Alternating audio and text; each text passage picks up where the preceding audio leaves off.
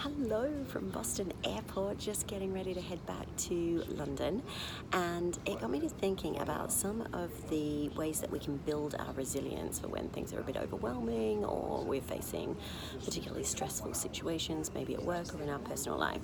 And one of the things that's related actually to flying and booking flights that is really useful for us is this concept of clearing the cache. Now, this is not a techie video, do not fear, keep listening if you want one very valuable way of building your resilience.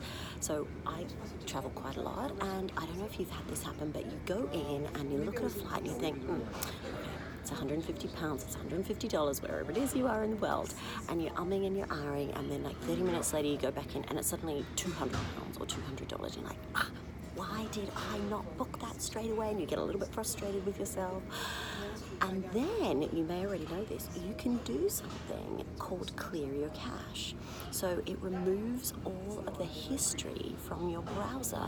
So when you go back in to look for that flight, the airlines don't know that you've already looked at it, because that's obviously the algorithm, is they know you've looked at it. So they're like, oh, this person's interested in it. So they actually put the price up.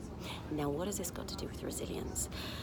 So I had a client recently, and we'd had some tense conversations, and it got to this stage where every time I got on the phone with them, I was carrying that residual, that history, that browser history with me into that call. So I invented this mindset, if you will, this tool around clearing the cache.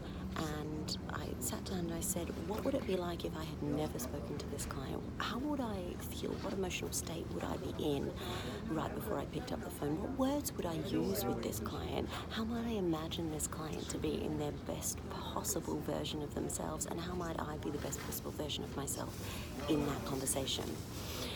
So I use it all the time now. I use it personally and professionally, just that moment.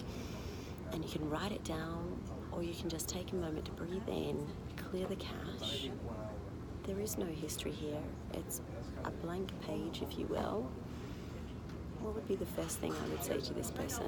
What would be the first question that I would ask? How would I sit in the chair opposite them in this meeting? Whatever the case may be. So from me to you, as always, thank you for letting me be a part of your day. I am grateful for you. Thank you for being a part of my world.